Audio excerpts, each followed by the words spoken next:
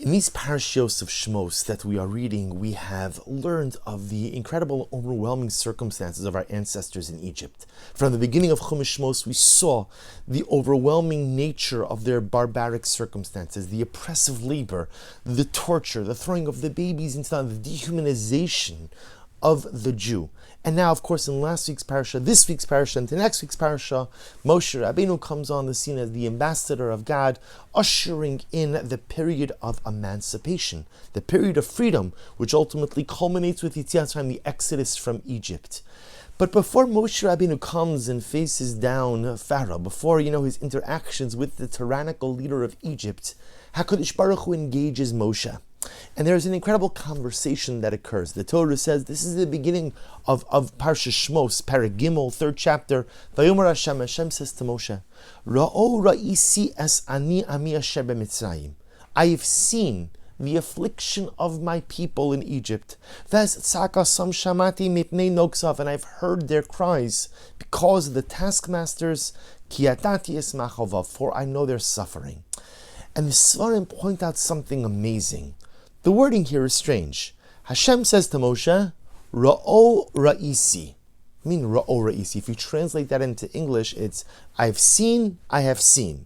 I've seen twice. The pasuk doesn't need to say it. You could just say Ra'isi, Vayomer Hashem Ra'isi as ani ami asher. I have seen the affliction of my people. Why the double wording? And the Svarim, the Hasidic literature, it's brought down such a profound insight that Hashem was saying to Moshe, at first glance you could see the suffering, but if you really want to understand the suffering, you have to look even deeper. Ra'o ra'isi, even kiviyachal I Hashem, I look down and I see their suffering. But when you look down, you see one level of suffering. But then when you look even further, you see even more layers of their suffering, even more layers of pain. Kiviyachal Hashem saying, even I, God, saw one layer or one dimension of suffering when looking down from above, but then saw an additional layer of suffering when I looked into their circumstances even more. Ra'o ra'isi, a double peering, a double looking. I didn't just look from 1,000 feet. I didn't just look at a panoramic view, but I've really looked into their hearts. I've looked into their souls. I've looked into their homes, and I've seen the dynamics of their suffering.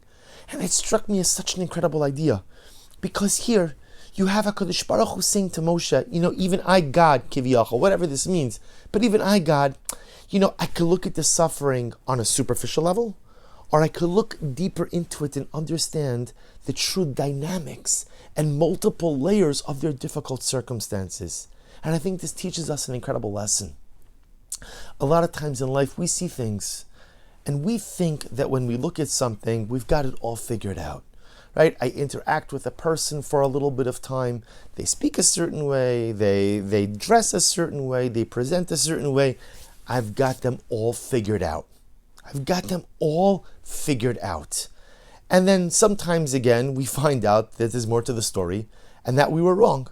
Or sometimes a situation occurs in life and I'm frustrated and I'm upset and I say, oh, terrible, terrible, terrible. Or something else happens. Oh, wonderful, wonderful, wonderful. And then only to find out later that which looked terrible was really wonderful, and that which looked wonderful wasn't all that great after all. Ra'o ra'isi. If the Ribono Shel Olam needs 2 acts of looking in order to understand the true nature of the particular situation and circumstance, then imagine how many acts of looking and peering each of us require in order to go out and truly understand the other, or in order to truly understand the circumstances. The Chazal teach us that the Arba Minim, the 4 different species that we take on Sukkot, the Lulav, the Esrog, the Hadassah, and the Aravas, each of them correspond to something else. And we know that the Hadassim, the myrtle branches, correspond to the eyes. And we know how many times do you have to, how many branches do you take? You take 3 myrtle branches. And the Baal Shem Tov HaKadosh says something amazing. Why 3 myrtle branches? Because the truth is, if you really want to understand something in life, you look at it once, you don't understand it. You look at it a second time, you don't understand it. Maybe if you take the time to look at it a 3rd time, you'll begin to understand it. We have to avoid the temptation to judge people and judge circumstances based on a cursory, superficial glance. And so many times in life, we walk around with anger towards the other.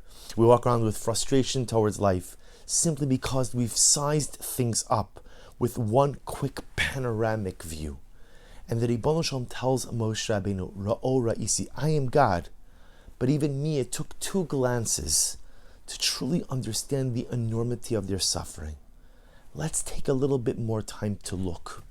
Take a little bit more time to peer. Take a little bit more time to gaze and to understand the other. Don't be quick to judge. Don't jump to conclusions. Don't automatically assume that this life circumstance is wonderful and this is terrible. Ra'o Ra'isi. If HaKadosh Baruch Hu needs 2 peerings, 2 gazings, 2 lookings to truly assess the circumstance, then we must take our time to truly arrive at the truth regarding others and regarding our situations in life. Wishing everyone a wonderful day.